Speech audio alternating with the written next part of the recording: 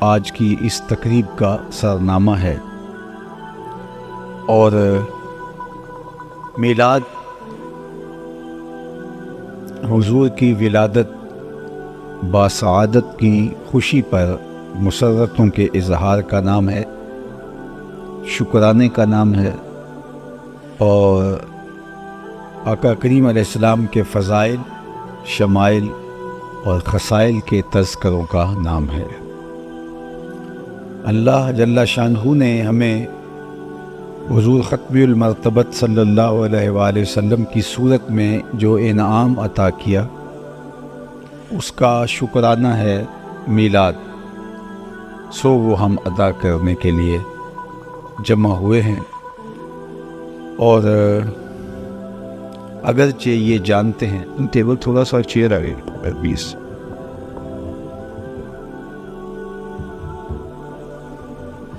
ٹھیک جی، ٹھیک ہو گئے۔ اگرچہ ہم جانتے ہیں کہ حضور کے میلاد کا، حضور کی ولادت کا، حضور کی صورت میں انعام خداوندی کا شکریہ حقیقت میں ادا نہیں ہو سکتا۔ میں اپنے احباب سے یہ کہا کرتا ہوں کہ ہمارے بدن پہ اتنے بال نہیں ہیں جتنے رسول اللہ کے احسانات ہیں۔ ہمارا بال بال قرض رسالت میں جکڑا ہوا ہے۔ ایک شب کا محفل میلاد کیا، ساری زندگی حضور کے ذکر کا چراغاں کرتے رہیں، ان کے نام کے جھنڈے اٹھا کے ان کے تذکروں کی خوشبو بانٹتے رہیں، پھر بھی حضور کی صورت میں انعام خداوندی کا شکریہ ادا نہ ہو پائے۔ خدا شناسی تو بڑی دور کی بات ہے، ہم خود شناس بھی نہیں تھے، ہمیں اپنے آپ کی بھی خبر نہیں تھی۔ حضور آئے تو ہمیں پتہ چلا کہ ہم کون ہیں۔ خود سے ملاقات بھی ان کی دہلیز پہ آ کے ہوتی ہے، اور اگر ان کا در نصیب نہ ہوتا تو ہم آج بھی اندھیروں میں بھٹک رہے ہوتے، آج بھی ہم ظلمتوں میں ٹھوکریں کھا رہے ہوتے، در بدری کا عذاب سہ رہے ہوتے، اگر ہمیں ان کی چوکھٹ نصیب نہ ہوتی۔ مجھے بتاؤ، انسان اشرف المخلوقات ہونے کے باوصف، وَلَقَدْ كَرَّمْنَا بَنِي آدَمَ کا تاج اس کے سر پہ ہے، لیکن یہ مٹی کے بنے مادوؤں، پتھر کے بنے اصنام، لکڑی کے بنے اوثان اور مختلف دھاتوں کے بنے ہوئے بتوں کے چرنوں میں اپنی پیشانی کا تقدس پامال نہیں کرتا تھا، جسے یہ بھی پتہ نہ ہو کہ میں کون ہوں، جو خود شناس بھی نہ ہو، وہ خدا شناس کیسے ہوگا؟ جس سے اپنی ذات سے بھی آگہی نہ ہو کہ میں کون۔ اشرف المخلوقات ہونے کے باوجود یہ درختوں کو پوجتا تھا، حشرات الارض کو اپنا معبود مانتا تھا، اجرام فلکیہ کے آگے سجدہ ریز ہوتا تھا، بلکہ انسان کی تاریخ تو اتنی شرمناک ہے کہ اس نے کیچوؤں کو، سانپوں کو، بچھوؤں کو اور حشرات الارض کو اپنا معبود مانا ہے۔ یہ ہے انسان کی تاریخ، یہ ہے اس کی نقبت اور رسوائی کا عالم، جو حضرت انسان کی بے توقیری اس کی اپنی نظر میں تھی۔ جو چیزیں حضرت انسان کی خدمت کے لیے، اس کی ضرورت کے لیے پیدا کی گئی ہیں، یہ ان چیزوں کو اپنا معبود سمجھ رہا ہے اور اپنا خدا مان رہا ہے، اور ان سے ہاتھ جوڑ کے حاجتیں طلب کر رہا ہے۔ وہ بے حس و بے حرکت مجسمے جو اپنے نفع نقصان کے مالک نہیں ہیں، ان کو اپنا خدا مان رہا ہے۔ یہ ہے انسان کی گراوٹ، یہ ہے اس کی ذلت، یہ ہے اس کی زبوں حالی، یہ ہے اس کی پستی، یہ ہے اس کی خود ناشناسی، اور یہ ہے اس کی رسوائی کا عالم۔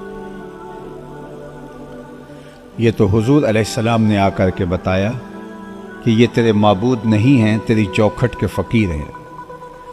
هو الذی خلق لکم ما فی الارض جمیعا، زمین میں جو کچھ پیدا کیا گیا وہ حضرت انسان کے لیے پیدا کیا گیا۔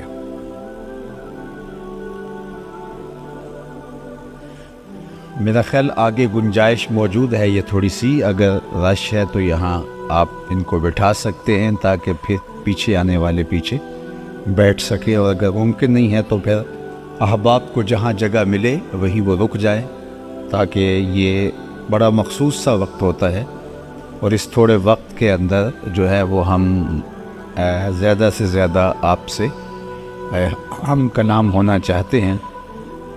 تو اگر انتظامی امور اور بیٹھنے اٹھنے کے چکر میں یہ وقت گزر گیا تو یہ قیمتی وقت دوبارہ ہاتھ میں نہیں آئے گا۔ 2-1 منٹ کے اندر جو بھی منتظمین فیصلہ کرتے ہیں تو یہ آگے جو جگہ ہے، پیچھے جگہ ہوگی تو لوگ آ کے ترتیب سے بیٹھتے جائیں گے، اور آگے جگہ ہوگی تو لوگ پیچھے سے پھر آگے آنے کی کوشش میں لگے رہیں گے۔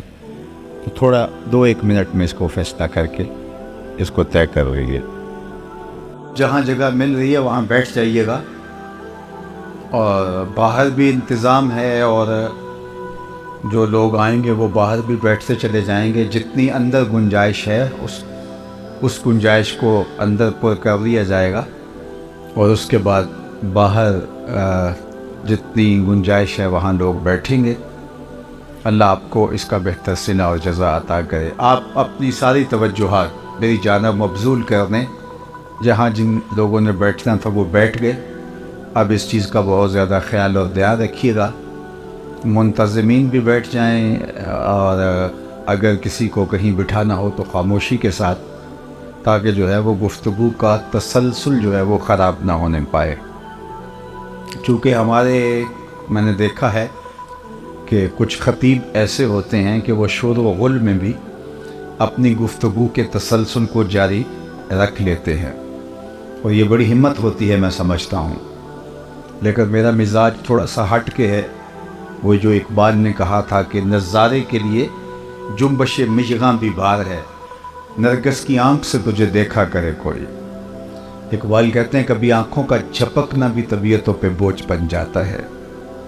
تو اس لیے مکمل انہماک، اور یہ میں آپ کو بتاؤں کہ یہ حضور کے ذکر کا تقاضا بھی ہے، یہ صرف میری ضرورت نہیں ہے، اور یہ میری طبعی ضرورت نہیں ہے کہ میں مکمل انہماک ہو تو گفتگو کر پاتا ہوں، بلکہ یہ حضور علیہ السلام کی مجلس نور کا تقاضا ہے کہ یہاں آپ اپنے سانسوں کو بھی کنٹرول میں کریں، اس لیے کہ بات ان کی ہو رہی ہے جن پر بات ہی ختم ہو جاتی ہے۔ اس لیے اپنی تمام تر توجہات کو آپ نے مبذول کرنا ہوگا۔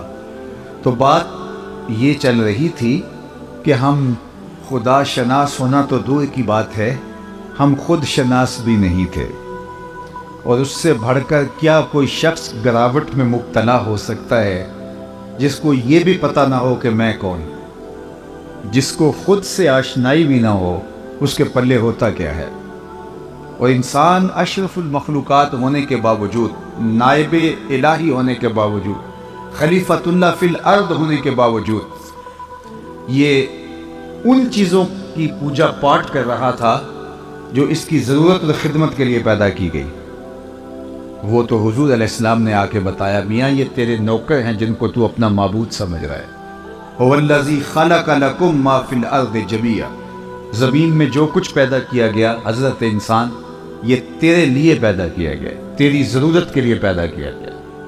یہ درخت جن کو تو پوج رہا ہے، یہ تجھے چھاؤں فراہم کرنے کے لیے، تجھے پھل فراہم کرنے کے لیے، تجھے آکسیجن فراہم کرنے کے لیے، تیرے ایندھن کے کام آنے کے لیے پیدا کیے گئے ہیں، تو ان کو معبود سمجھ رہا ہے۔ یہ جانور تیری سواری کے لیے، بار برداری کے لیے، تیری غذائی ضرورتوں کی تکمیل کے لیے پیدا کیے گئے ہیں، اور تو ان کو اپنا معبود سمجھ رہا ہے۔ یہ اجرام فلکیہ، چاند سورج ستارے تیری راہوں میں روشنی اجالنے کے لیے، تیرے ذوق نظارہ کی تسکین کے لیے پیدا کیے گئے، اور تو ان کو اپنا معبود سمجھ رہا ہے۔ نہیں تو دیکھ، تو چاند کو اپنا معبود سمجھتا ہے نا، یہ دیکھ انگلی اٹھتی ہے اور وہ ٹکڑے ہو کے قدموں میں آتا ہے۔ سورج کو رب مان رہا ہے، یہ دیکھ اشارہ ہوتا ہے اور وہ بھاگتا ہوا عصر کے وقت پہ آتا ہے۔ درختوں کو پوچھتا ہے، جا میں نہیں، تو ہی کہہ دے تمہیں اللہ کا رسول بلا رہا ہے۔ درخت بھاگتا ہوا حضور کے قدموں میں آ کے سلامی دیتا ہے۔